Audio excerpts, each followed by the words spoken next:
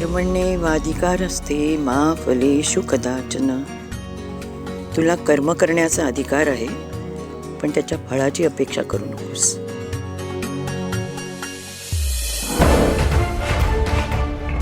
Swanandi,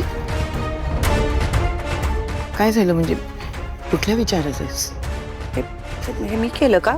sorry. ते actually मी नाही, काही नाही. आजी, एक विचारू का?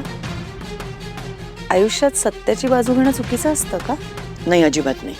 म्हणजे भगवद्गीतेमध्ये सुद्धा हेच सांगितलेलं आहे. मग प्रत्येक वेळी सत्याच्या बाजूने उभं राहणाऱ्या माणसालाच का सफर व्हावं लागतं? त्यांनाच का त्रास होतो? कारण सत्य कटू असतं, त्रासदायक असतं.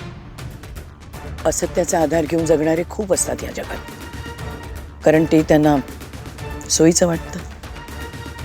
तू जो हा त्रास म्हणतेस तो खरा त्रास नाही, जे देवानी घेतलेली परीक्षा, की कोण कठीण परिस्थितीत सुद्धा सत्याला धरून असतो आणि कोण पळपुटेपणा करतो. आणि सत्याला आणि न्यायाला धरून राहणारा नेहमीच जिंकतो.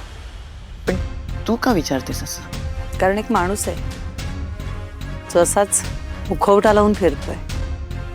त्याचा खरा चेहरा फारच भीषण आहे, आणि ज्यांच्या हातात बदल घडवून आणायची ताकद आहे ना, त्यांनी त्याच माणसाच्या चेहऱ्याची चुकीची पट्टी बांधून घेतली आहे डोळ्यावर. कशाबद्दल बोलतेस तू? काही नाही अजय, मी वेळ आल्यावर सांगेन तुम्हाला सगळं.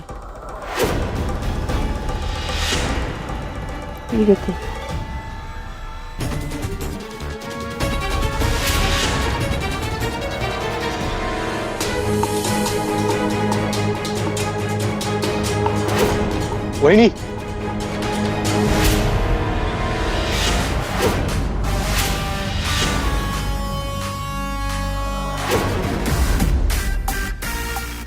सॉरी वहिनी साहेब. नाही, वहिनी साहेब म्हणालो कारण मी स्त्रियांना मान देत नाही असं वाटायला नको बाबा, म्हणून. फार घाईत आहात का? नाही म्हणजे दादाकडे अजून कोणाची कंप्लेंट करायला जात असाल तर आय एम सो सॉरी. मी तुम्हाला थांबवलं, पण काय झालं, तुमच्याशी थोडं बोलावं असं मला वाटलं, म्हणून मी तुम्हाला थांबवलं. आणि हो, मी अंतर ठेवून मान खाली नजर खाली असं बोलतोय, कारण तुमचा माझ्याबद्दल गैरसमज होऊ नये म्हणून सांगतोय. काय आजकाल सगळं सांगावं लागतं, नाहीतर लोक समजून घेत नाहीत आणि आपल्याबद्दल तक्रार करतात.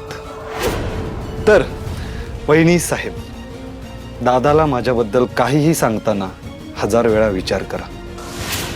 नाहीतर काय होईल, माझं आणि दादाचं नातं बिघडवण्याच्या नादात तुमचं आणि दादाचं नातं किंवा व्यवहार जे काय तुम्ही म्हणत असाल ते खराब व्हायला नको, नाही का?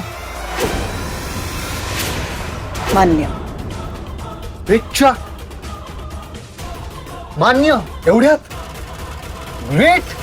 आजचा दिवस तुझा होता हे मान्य. मग आजच्या दिवशी काय झालं ते कायम लक्षात ठेवा आणि पुन्हा असे काही प्रयत्न करू नका.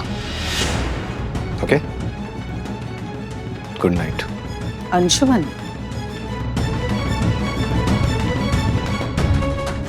प्रत्येक दिवसाची मज्जा काय असते माहितीये का? काय? रात्र झाली ना की तो संपून जातो, आणि मग त्या रात्रीनंतर येणारा नवीन दिवस हा आधीच्या दिवसासारखा नसतो. त्यातलं यश, अपयश, आनंद, दुःख सगळं वेगवेगळं असतं. त्याने काय फरक पडत नाही वहिनी. पडतो. एकदा का लख्ख प्रकाशामध्ये सगळं दिसलं ना, तेव्हा आपण दोघंही बघूया कुठलं नातं बिघडलंय आणि कुठलं सुधारलंय.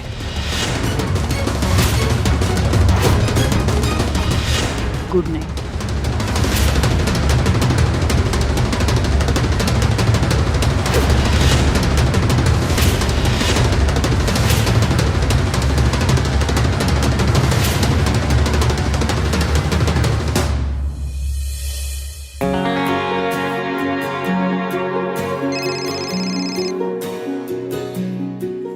Good good morning.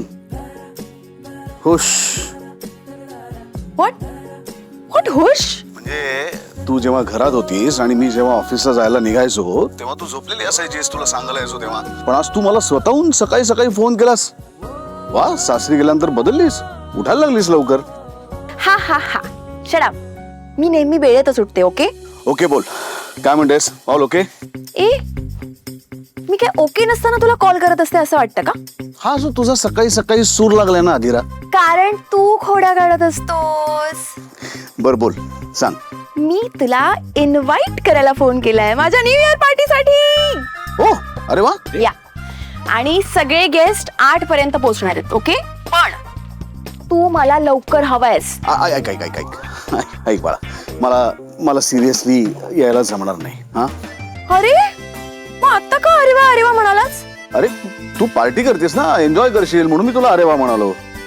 पण मला नाही जमणार बाळा. अरे यार असं का करतोस? नाही मला ना माझी पूर्ण फॅमिली यायला हवी. ओके अधिरा ऐक ना बाळा, मला ते पार्टी वगैरे नाही आवडत, तुला माहितीये ना. I know but I am throwing the party. No मग तू जा ना, तू मजा कर. आणि हे बघ, त्या सगळ्या अरेंजमेंट्स मी तुला करून देतो. ओके त्याची काही गरज नाहीये, सगळ्या अरेंजमेंट झाल्या आहेत ऑलरेडी. मग एक काम कर, सगळी बिल्स मला पाठव, माझ्या कार्डवरनं मी पे करतो. ओके ते सोड ना पिंट्या, आता ते ऑलरेडी सगळं झालेलं आहे, सॉर्टेड आहे ते. मला तू हवायचं पार्टीमध्ये. मी नसलो तरी तुझ्या पार्टीमध्ये काहीही कमी पडणार नाही, आय प्रॉमिस. शिवाय तुझे मित्रमैत्रिणी असतील ना तिकडे. Okay fine whatever. ऍटलीस्ट नंदूताईला तरी सांग. ए ते तुझं तू सांग. ओके फाईन दे नंदूताईला फोन दे. ते नाही आहे इथे. अरे हो, मला तुमच्या रिक्वायरमेंटचा मेल मिळालाय, मी चेक करते. हा पिंट्या दादा, हा कुणाचा आवाज आहे? नंदूताईचा आवाज आहे ना? अगं त्या अरे मग ती नाही असं का म्हणतोस? का भांडत असतोस रे तिच्याशी सारखा? किती गोड मुलगी आहे ती. अरे अधिरा असं काही नाहीये.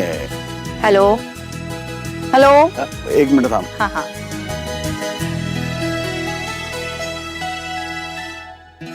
अधिराचा फोन.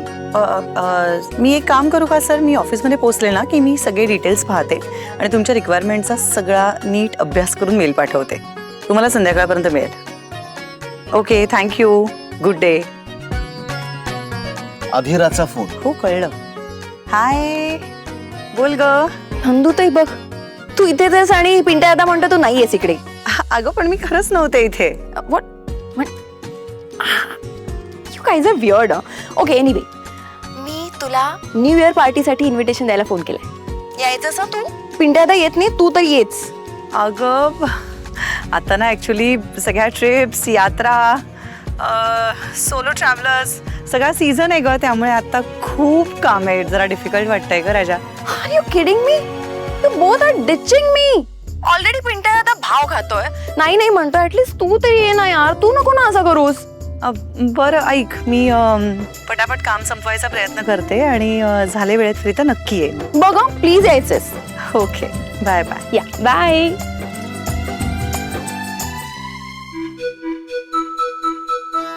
जरा बोलायचं होत. नंतर.